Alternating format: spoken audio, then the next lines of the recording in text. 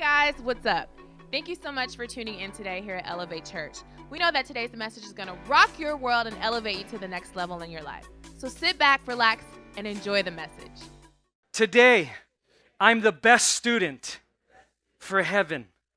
Today, I'm so ready for change, transformation. And Lord, I know you're going to speak to me today. In Jesus' name, amen. Cool, so good to see every single one of you. Well, we started this series called Community, and it's a compound word, this word community. And when you take the word and you break it down to let's just say calm. Last week we learned that this word calm, the meaning of calm means with. And so basically, when you and I do life, we do life with people. We do life with family. We do life with church. We do life with business, etc. And you can just keep going. And so this community is all about walking with people in life. And you know what? Sometimes, you have the wrong people in life. But most times, or oftentimes, you have the right people in life. But the question is how do we stay unified? How do we stay in unity when stuff happens? And so my first point, which by the way, if you have our Elevate Church app, today we started the whole notes thing. So if you go to the app and you push the button that says notes, my notes are on there for you to fill in the blanks if you would like to do that today. And it also has a little icon to the right of it where you can also type your own personal notes and then email it to yourself. And you're all hooked up. So enjoy that. Okay, so Amos 3:3 says this, and you can read it on your app. It says, how could two walk together unless they agree? How can two people, in other words, this is a great question that the prophet Amos is saying, hey, listen, if we're going to do life together, we got to agree. We can't walk together. We can't do life together.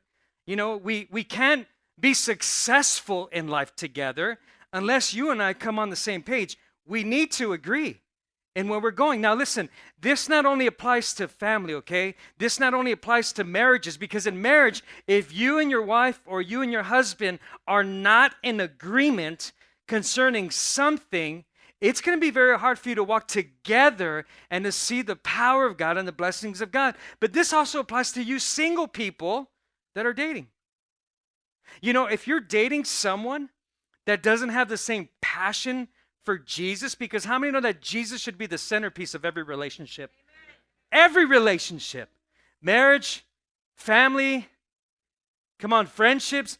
Jesus should be the center. Now listen, that's not to say that we ignore people that are far away from God. No, we are to win them and bring them into the family of God. But at the same time, you have to make sure that Jesus is the center of everything. And so if you're dating someone that doesn't have the same passion as you do for Jesus, here's what's going to happen. They are going to put out your fire. And that's dangerous. And so everything that is successful is going to require unity. Everything that is successful is going to require unity. But I do want to say this, because I see a lot of successful marriages. I see a lot of successful businesses. I see a lot of successful churches. And I know that the reason that there's great success is because you know what? We do this. We fight to not fight and stay in unity. I mean, wouldn't that be awesome if we as married people would just say, you know what? Man, we always fight not to fight. Wouldn't that be awesome if we just said stuff like that? Like, we fight not to fight.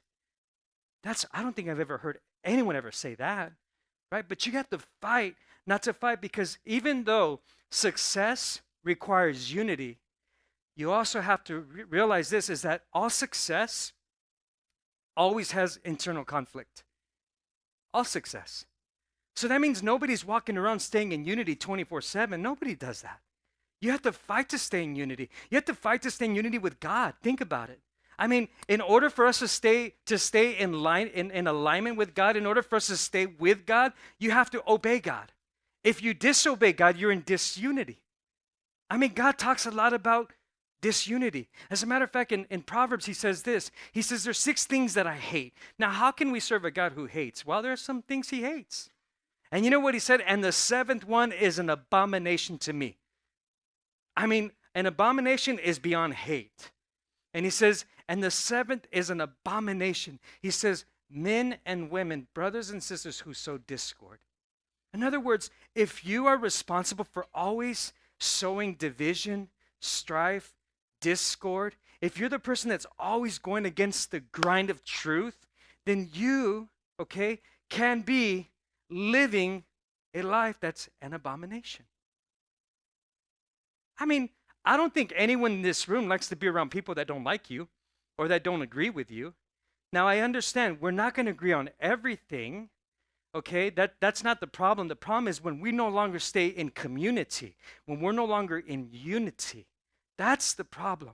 And so we have to realize that, you know what? Yes, success does require unity, but we also have to know that there's internal conflict just to stay in unity. And we have to just accept the fact that, you know what? In every single relationship, we will have challenges at the workplace, in the family life. If you're a business owner, you're going to have challenges, I promise you. But the key is, how do we stay in unity? And that's what I want to keep talking to you about today. So if you're going to have an awesome, successful family life, you got to strive for unity. You have to fight for it. Because it doesn't just happen. It takes two people to walk together and say, you know what? Let's agree not to allow the enemy to come and destroy us and mess us up. And let's agree to just keep going the same direction. Now, sometimes, and here's the truth, sometimes you have to look at someone and say, you know what? You're going this direction, I'm going this direction. I think it's time for us to go ahead and we need to part ways. Right? But make sure that it's a God thing, not a you thing.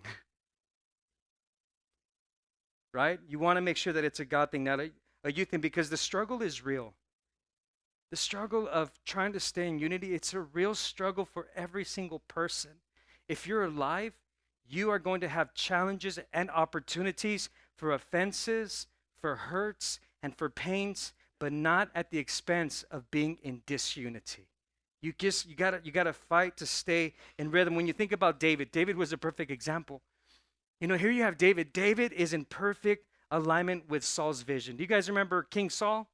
Okay, so he's in perfect, man, David's like, man, whatever you want. He was willing to serve the king at that time. Even though God was already through with Saul. And David was supposed to be anointed king and take that place. And, well, it didn't happen that way. David waited, and he was a faithful servant. But Saul had beef with David, but David never had beef with Saul. David was always just trying to stay in unity. As a matter of fact, David's soldiers would be like, hey, dude, the guy's trying to kill you. What was the problem within the same camp within David? The problem was that Saul was competing with David. And how many of us in family are competing against each other? Or how many of us in business, have you ever worked for a company? Like, we all have the same goal, but we're all competing against each other. We're all working against each other instead of working with each other. And then all this strife comes in. I mean, we're serving the same company, the same goals. We're serving the same agenda, the same idea, the same plan, but we fight against each other. So David is like just trying to stay in unity with this guy named Saul, and Saul is just having beef with him. He's jealous. He's competitive. You know, he got upset because the ladies were saying, you know what, David kills 10,000s of men, but Saul only kills thousands. Well, he didn't like that. But David was on Saul's team. And how many of us sometimes, you can be on the right side of the team and still be the person that's causing disunity? And that's not healthy. And that's not good. As a matter of fact, David, who was a great psalmist, he was a great worshiper of God. He began to write music. All the books, if you read all throughout the Psalms, he writes a lot of songs. One of them was in Psalms 133. Now watch this. Look at Psalms 133, verse 1. It says, behold, this is David talking. Obviously, he's experiencing internal conflict, and he's thinking, man, I'm going to stay. I'm going to fight for unity. His men were telling him, let's go kill Saul. He says, no, you're not going to touch that man. God anointed him to be king. You're not going to. That's pretty difficult when you work for someone harsh or when you're under someone harsh, huh? And you got to stay in unity. And he says, behold, how good and how pleasant it is for brethren to dwell together in what? Unity. Man, in other words, God looks at it and he's like, man, that pleases me when people can actually get along. But I'll take it further. It's not just getting along either. It's not just about, hey, let's just get along. Let's just try to do our best to just get along. I don't like you, but let's get along. Right? Have you ever said that to yourself? I can't stand that person, but I'm just going to get along. Okay, well, that's not the kind of God, that's not the God unity he's talking about. God doesn't just want us to get along. It's beyond just getting along with people. It's about having brotherly love. In other words, when you see me, you should love me because I'm your brother. When I see you, I should love you because you're my brother and sister. You see, I love my biological brother and my sisters. There's 5 of us. I love them. I'll do anything for them. I have. They have had challenges, and I have dropped everything, including things in ministry, and say, boom, I got to go. When my niece was killed, it was hard. My sister calls me, and she's frantic, and of course, we're all just like in pain. I dropped everything, got on the first plane, and I flew to Arizona. When I got there, I had to meet with detectives, coroners, and all these different people while she's just falling apart, breaking apart. But unity is me trying to keep her in the rhythm of healing, right? Staying in unity with what God says about the situation and just trying to keep myself together and not make it about me, but make it about her and just having her to get in the rhythm of just knowing that, yes, this is so terrible. Yes, this is so painful, but I got to bring her back to the place of restoration, bring her back to the place of healing, bring her back to the place of knowing that even greater things will come out of all this, even though none of this makes sense. But that's difficult when all hell is breaking loose. How do you respond? Do you react, or do you respond with the unity and the power of God? Or do you react with just trying to get your opinion, your 2 cents in? Do you react with the wrong spirit, the wrong attitude? Are you reacting or are you responding? Because people who respond will always respond with unity. People who react will always react to disunity. Are you with me today?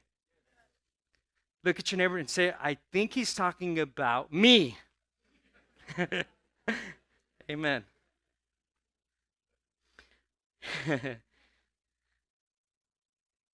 and listen, you have to know this.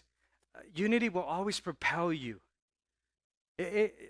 Unity becomes this propeller that literally pushes you forward in life to be successful. Unity propels your family. Unity will propel our church. Unity will propel anything and everything we put our hands to. But when you're in this unity, some of us are wondering, why am I not seeing breakthrough? Why am I not seeing, great miracles? Have you ever thought maybe because I'm always in disunity with my family? If I'm in disunity with my family, I know I'm in disunity with God. Because when you're in complete unity with God, you're going to work very hard to be in complete unity with the people around you. That's the best way to see it. If there's always an issue, the issue is probably not the circumstance, the issue is probably you. And so you have to look back in the mirror and say, okay, man, am I fighting to go somewhere? Because the toughest thing is to always fight to go the same direction, right? That's what community is. Community is going the same direction. For example, I have this paddle here. And you know what? When you think about this paddle, you know what? And you're on a kayak. How many like kayaking? Anybody like kayaking? Kayaking is so much fun. First time I went out there, I had a 5-foot leopard shark swim right under my kayak. I was like, oh my God. I was like trying not to fall off of it, freaking out. But I'm like kayaking, right? And so what does this do? This right here, this paddle helps me propel. And if you read it there, it says propel. And so I use my kayak, and I use my paddle, and I paddle forward.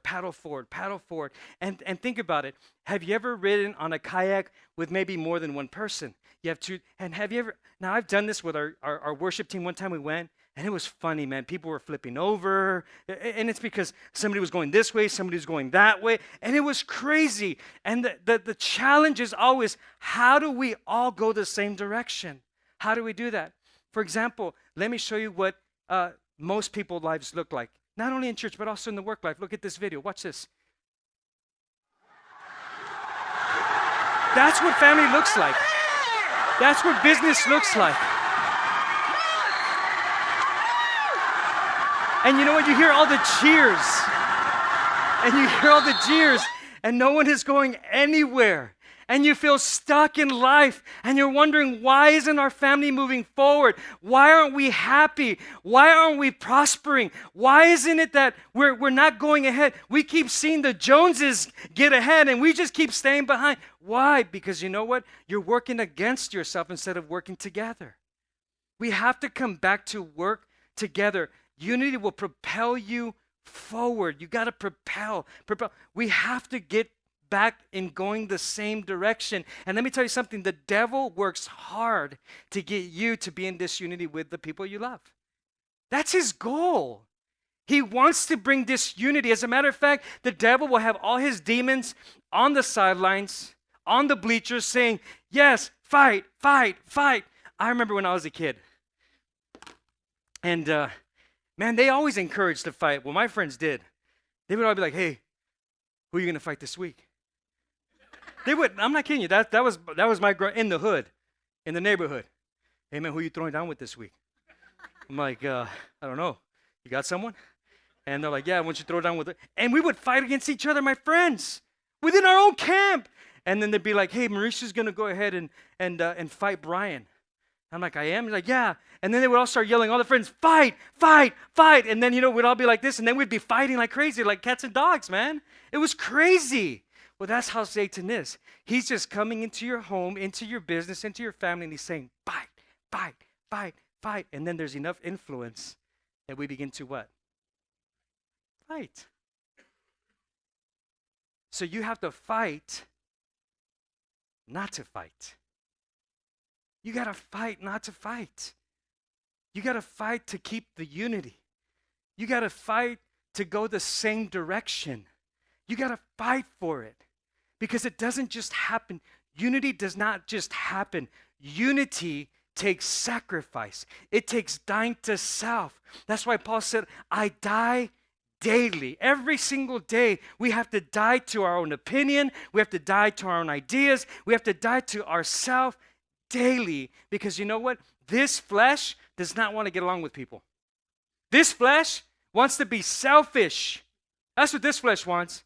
I mean, think about it. Have you ever gone out with friends and you're all like, hey, where do you want to go? Where do you want to go? Where do you want to go? Where do you want to go? That happened to me this Friday. It was funny. And then I was with this couple and where do you want to go? I don't know. Where do you want to go? Okay. I said, okay, well, how about we go eat at, you guys like anything to eat? Oh, yeah, we like anything. And I said one thing and I just saw a face kind of like, and I already knew what the face was, like, I hate that restaurant or I hate that food.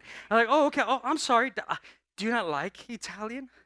Yeah, it's my bottom 5. Okay, let's go to your top 1 then, okay? And so, but it's hilarious how we, all of us, we're like, oh yeah, I'll go with the flow, wherever you want, man, yeah. But you really, inside, you really don't want that. So it's kind of like what God said or what Jesus said. He says, you know what? Your lips are with me. They're moving. I love you, Jesus. I'm with you, Jesus. I'm for you, Jesus. But your heart is far from me. In other words, I will open my mouth just to act like I'm with you. I'll tell you what you want to hear, but my heart is far from you. You know people like that? Disunity. I don't want lip service. I want your heart. Go like this. Yeah. And just tell your neighbor, I think he's talking about me. Everybody say same direction. Okay, look at this point. Disunity is simply selfish ambition. Disunity is simply selfish ambition. What do I mean by that? Well, Philippians 2:3. The Philippians are having an issue. The church people, once again, in Philippi, are going crazy. They're all selfish, self-centered, egotistic. It's all about them. It's all about their motive. And how many know that everybody has a motive? But not everybody has the right motive. And so Paul comes and he's having a talk, and you should read all of Philippians 2, really. But I just picked this one in particular. It says, do nothing out of selfish ambition. In other words, you know what? Especially, let me talk to the parents. Mom, Dad, there should be no competing between you and your children. There shouldn't be. You know what I'm saying? Moms and dads, you got to stay unified. You know what? You can't let the kids divide you. You can't let their selfish ambitions get the best of you. Now, that also goes for parents. Parents, don't be so selfish either. Sometimes you're going to have to learn how to yield even when you don't feel like it. When we started Elevate Church, let me tell you something. Oh, when I had to come and tell my kids that they have to leave their friends of 14 years in the same church, oh, that was like, help us, Jesus. You know what? I wish I had one of these back then, but it wasn't to go the same direction, it was to do something else with it.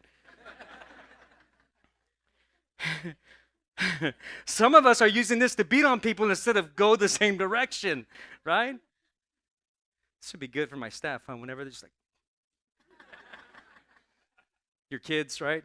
But anyways, it was challenging because you know what? As a family, my wife and I were just like, okay, we know that it's time for us to go and obey God and answer the call of God and start Elevate Church. And my kids, they weren't on the same page. You know, they were like, what? Like, yeah, we're going to go change lives. We're going to win souls. We're going to change Newhall. And they're like, huh? Like, what is that? And all of a sudden, disunity was trying to come into our home.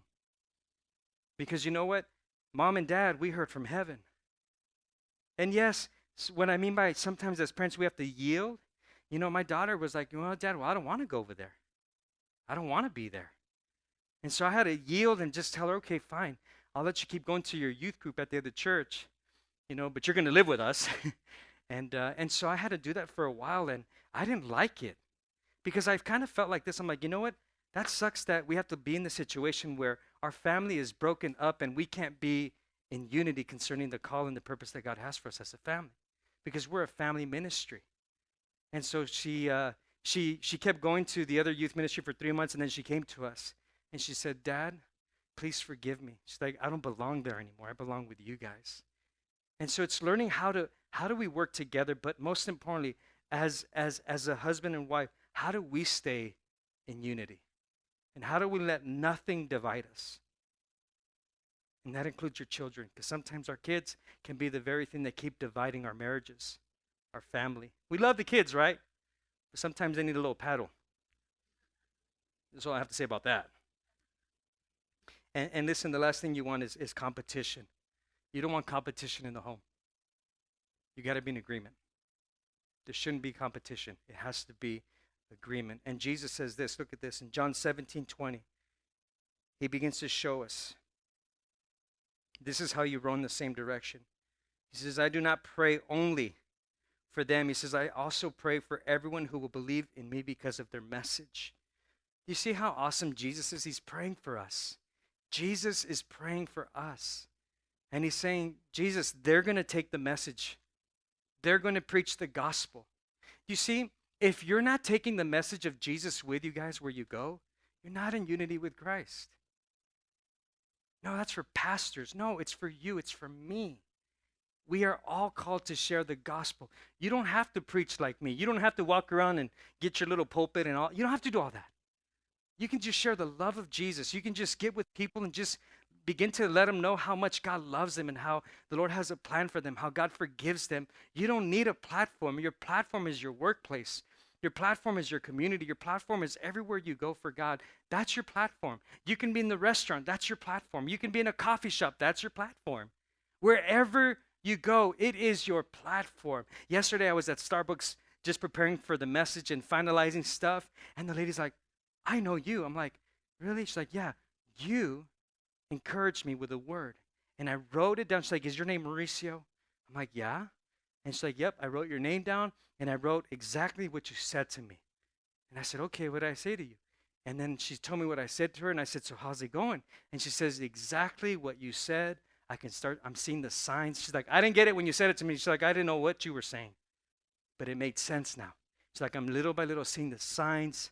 And then, why? Why is that? Because you know what? You have to be available for God anywhere and everywhere you go. You have to stay in unity with God. It's not about selfish ambition. Oh, I'm just going to the coffee shop and leave me alone. No, God, if God tells me to go speak to someone, I'm going to go speak to someone. If God tells me to pray for someone, you got to pray for someone. Come on.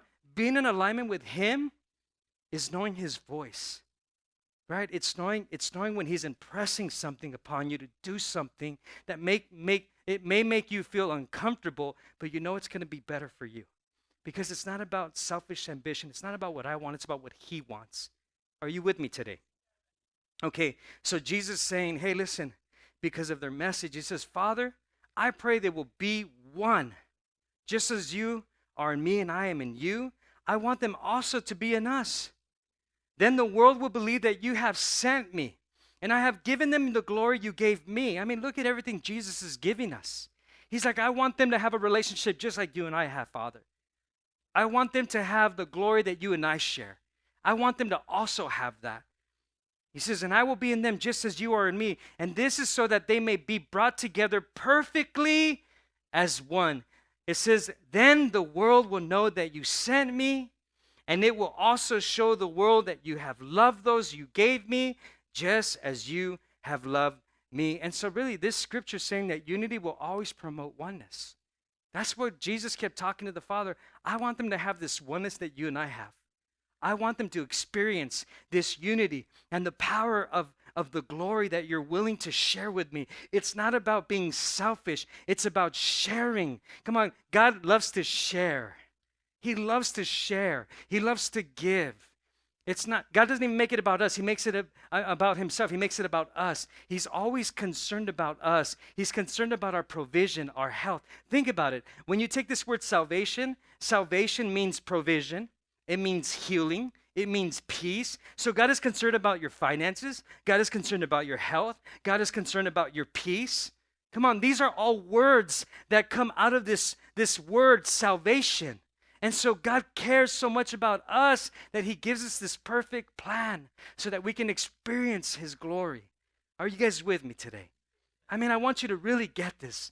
Because once you get this, then you're going to want to be like Jesus. God the Father, I want to be one with God, one with Jesus, and one with the Holy Spirit. I want to be one so that I'm in tune with what he wants for my life. And then you begin to promote oneness. I mean, just think this. This is kind of hilarious. Just imagine the Israelites. So you have Joshua gets this word from God. And you know that Moses dies, Joshua takes over, right? And he begins to bring the children of Israel into the promised land. But they get to Jericho, and there's an enemy inside Jericho. And the enemy's saying, you ain't coming in. And so the people are like, darn it, you see, it just never works out for us. And Joshua was trying to keep the unity of the family, like, hey, come on, y'all stop being negative. Chill. Can we just talk about this? And then Joshua gets a word from God, which if you would take my first verse in Joshua, please, that'd be awesome. Look at this verse in Joshua, the first verse of Joshua. Look at this. Joshua 6:1 says, so the gates of Jericho were shut tight and guarded closely because of the Israelites. And no one went out and no one came in. Now, here's a question I have to ask you. You know what? What right now in your family is shut out?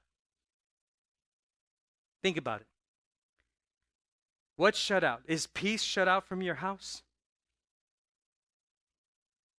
Is financial provision shut out from your house? Is vision shut out from your, like what has been shut out? Because in this situation, think about it. Joshua is getting a word from God, and he's saying, now, I know that everything has been cut. You can't get in and you can't get out. But God speaks a word to Joshua, and he says, Joshua, here's what I want you to tell the Israelites. I mean, this sounds really stupid. I mean, I think I would probably been in that group of stupid, okay? Because Joshua says, hey, guys, so we know that we can't get in and we can't get out, but here's what God told me. And he said that we just need to go ahead and we just need to walk around Jericho for 7 days. It's going to be good, man. It's going to be good. That's like me coming to you on a Sunday and saying, hey, guys, church. And I'm all pumped up and excited. I heard from God. And God said that we are to walk around the whole city of Newhall for 7 full days. And on the 7th day, you know what's going to happen? Man, the walls are going to come down and we're going to get into our promise and we're going to see these great breakthroughs. And you know what? I'm sure most of you, if not all of you, would be like, what is wrong with that wacko? Like, walk around set. I mean, how many think that's kind of stupid? Yeah, none of you are going to lift your hand. I thought it was stupid. I'm always a truthful one. I'm sure the people are like, that's the most stupidest thing I've ever heard. Walk around the city for 7 days? Oh, and on top of that, and Joshua said, and God said, and nobody's allowed to talk. I can see why that can happen, because if they were allowed to talk, they would eventually convince each other to bring disunity and say, you know what, this is stupid. This is never going to work. See, God is so intelligent. He says, tell them all to shut their mouth. Tell them all to zip the lip. Nobody can talk. And so for 7 days, they're like this. I mean, I think we would have more successful marriages if we would just shut our mouth. There'd be less divorce, right? I don't know, because then that's a communication issue, right? But think about it. Man, I'm going to walk around 7 times. Wow. Not even 7 days. Can you imagine that? Walking around Newhall for 7 days? You know what? If I told the church to walk around for 7 days around Newhall, I promise you, maybe 2 people would show up. And the rest of you would probably go find another church. You would. You'd be like, that crazy pastor, man, what's wrong with him? You know why? Because it doesn't make sense to the mind when God is speaking a word. You're waiting for a breakthrough. You're saying, yes, God, I don't want to be shut tight anymore. I want the blessings, but you won't obey his word. Obedience is not just obeying his word. Obedience is also just getting in the rhythm with your family. Bring agreement back. Bring it back. Bring unity back. Come on, bring togetherness back. Hey, we're together in this. Come on, we are walking. How can 2 walk together lest they agree? We're agreeing. We're going to fight to agree every single day. And when we disagree, we can talk about it. And it doesn't mean we have to go funky. And it doesn't mean we have to go weird. We can talk about it when we disagree because it's not a problem to disagree, right? No one says you can't disagree, but not at the expense of ripping. Not at the expense. Not at that expense. And so, of course, we know that they walked around the city 6 days. And God said, and on the 7th day, I want you to shout. I want you to play the instruments. And I want you, that's a pretty intense word, isn't it? But think about it. All the Israelites had to come in agreement with God's word in order to see the breakthrough. If God says march, you march. If God says do this, you do it. Many of us, God has already told you what to do, and you haven't obeyed the last word. And then we're wondering, why are we not seeing the breakthrough? Why does this keep happening to me? Because you keep doing it your way. You see, you have to abandon your idea. You have to abandon your thoughts, and you have to accept the plan of God. And the plan of God will always trump our plan. Always. Always trump our plan. And we know that they conquered it, they took it, and it was awesome. Last verse, and I'm done. Genesis 11:4-6 says this. Then they said, come on, the Babylonians are building this tower. And they said, come on, let's build a city for ourselves. Let's build a tower that reaches to the sky. We'll make it a name for ourselves. Then we won't be scattered over the whole earth. But the Lord came down to see the city and the tower and the people were building. And he said, all these people are united and speak the same what? Man, what if we all spoke the same language of faith? You know, because I know not all of us here are on the same page of language of faith. I get it. That's okay. We're all growing. We're all in different levels with our walk with God. You're all loved the same way. But here, the Lord comes down and he sees that they're all in unity and that they're all speaking the same language. And it goes on to say, that is why they can do all this. So they accomplished their goal. Their goal was, let's build high into the sky. They built it. They did it. Why? Because they were in unity. And he said that this is why they can do all this. Now they will be able to do anything they plan. They'll be able to do anything they plan. Let me tell you a quick story. You know, as we started Elevate Church, it's been a journey. It's been a major journey for us. Ups, downs, all around, you name it. Every challenge you can think of. People, finances. and then people again. And but let me tell you something. But with every challenge, there have been a good amount of us that have been in unity. And we continue to see the blessing of God because of that unity. And you know what? I know for a fact that Virginia and I, we can't do this whole ministry by ourselves. This takes a team of people like the people of the Babylonians who said, you know what? Let's come together and let's build something. You know what? I can't do ushering, greeting, park and greet, social media, sound, children's ministry, youth ministry, Oaxaca, Mexico, food pantry, all the ministries that we have available. And let me tell you something. There's no possible way that we can do this alone. In life, you're always going to need people.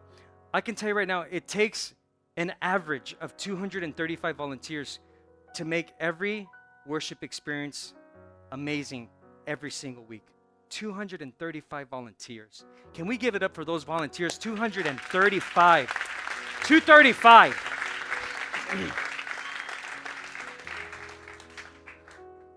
That are in the grind, that love the house, that love to see people's lives changed. And so it's awesome because you know what? I know that together we can conquer every adversary. Come on, together we can conquer every adversary. And when you conquer every adversary and you realize that because of unity, man, I'm telling you, nothing will be impossible for Elevate Church. Nothing. When you as a family, when you get together and you conquer the adversary that comes to break you up, to dismantle your family, when you bring unity back, nothing will be impossible for you either. Nothing. For example, you know, there's this man named Cash Luna. He's a great pastor in Latin America and Guatemala. And I love his story because where they started the church, it's probably the most desolate, broken place in all of Guatemala where his church is. And throughout the years, he has basically come to the level that he's at today, the influence that he has, which is basically all Latin America and now the United States. And he would get his people to be people of faith and people of unity. And they kept growing into the thousands and thousands and thousands and have food drives and clothing giveaways and medical and anything that has to do with giving life away from Guatemala. Okay, so they're helping their nation and they're influential. The president of Guatemala attends their church and amazing stuff, incredible stuff. And so he got to the place where he needed to expand his facilities because they can't fit all the people that are being transformed and changed every single week that come to Christ. And he told his church, it's time for us to build a sanctuary that's going to house, you know, thousands of people. So he starts building this sanctuary and he gets this campaign going with his people and he says, this is our job, it's our vision, it's our ministry. Let's build something amazing for God. Let's leave a legacy. And of course, when you talk about building a building like he did, we're talking millions and millions and millions and millions of dollars in Guatemala. We're talking dollars. And so he cast the vision, got with the people, and together they started raising funds. And then people, because of his influence, started coming from America and all parts of the world, and they would say, hey, Pastor Cash, we have a check for you. We want to be a part of building this church. And he said, nope, I can't take that from you. They're like, why? You know, he's like, nope. People come, hey, we'll give you a loan, and it'll be no interest. It's a loan. You can have the loan. And he was struggling. He's like, no, I can't do that. And they would ask him, why can't you do this? He said, because we are going to build something that the people will say, I built my church. And no one will ever take that from them. Because these are poor people, broken people, busted people. And these people need to have dignity. He says, so the dignity will be that these people built their house for God.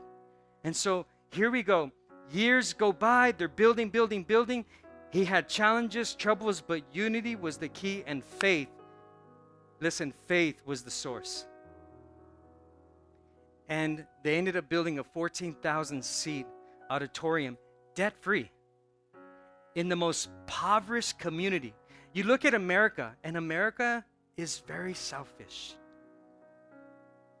Third world countries are showing America now how to bring the gospel. It's happening right now in the United States. The United States is no longer a mission-sending nation. Now third world countries are mission sending nations. America is the one who brought the gospel into all the world, right? And now the world is bringing the gospel back to America. Now that's awesome, but not really, because that says that even with all the church put together right now in America, we're not doing our God job. Why do I say this? Because you know what? This man, well, I'll be with this man very soon. I'm going to be hanging out with him very soon. But I'm encouraged by his story because he got with his people and he said, together we can build a city and we can change our nation. And then let me show you some pictures. This is the building. Look at that building. This is in Guatemala. Guatemala, okay? Let me show you the sanctuary. And I got to sit in that sanctuary. That sanctuary sits 14,000 people, and they have multiple services on Saturdays and Sundays just to fill the masses of people. And it all started with, let's unite, and let's believe in faith, and let's build something for God. And they're building away, and they're still doing it. And that's what God's saying to you and me. How about you get back with your family and have vision again and say, what are we going to build? Some of us, we've gotten so bogged down with worry, trouble, problems. We've stopped dreaming. We've stopped believing. Man, it should be our DNA to have faith. Faith for our house and faith for God's house. Faith for our kids. Come on, faith for our families. We have to have faith and just say, God, man, if we are unified, nothing will be impossible. Come on, how many want to have that kind of spirit that, man, nothing will be impossible? Like really, that nothing would be impossible. But let me tell you something. If you're not serving, you're swerving. You're swerving. Don't kid yourself. Don't kid yourself. Don't pretend. You don't serve, you swerve. You know what you swerve with? You swerve into lanes of trouble, problems. No, we're in it to win it together. Together we fight. Together we push. Together we build. And the Lord is going to come down and He's going to say, Elevate Church, oh my gosh, and nothing will be impossible for them. For your family, close your eyes, bow your heads. Father, I'm praying that every single person in this room would have that spirit within them. A spirit that says, because of our unity, nothing will be impossible for us. Because of our unity, nothing will be impossible for us. We will accomplish much. We will do much. We will go far. We will reach high. We will believe big. Come on, we will strive to stay unified so that we can see the greatest outpouring of miracles, signs, and wonders. We will stay in unity so that we can see the greatest breakthroughs, not just for my family, but those that have the privilege and the honor to know me. You have to think like that. You have to believe like that. You got to fight not to fight, and you got to fight to win. And with Jesus, you will always win no matter what. If Guatemala can do what they did and change their nation, what can we? Come on. What can we do in our homes, in our church, in our communities, in our cities? What can we do? But it's going to take every single person to say, man, I'm going to faith forward with you. I'm going to propel with you. I'm going to go in the same direction with you. I'm going to go in the same direction with God. And it's going to be awesome because there are too many going against the grain. It's time to get in the flow of the river of God. If today's message impacted you in any way and you would like to help us spread the gospel to others by giving a financial gift, please text the number below, and we know that someone's life will be changed as yours was today.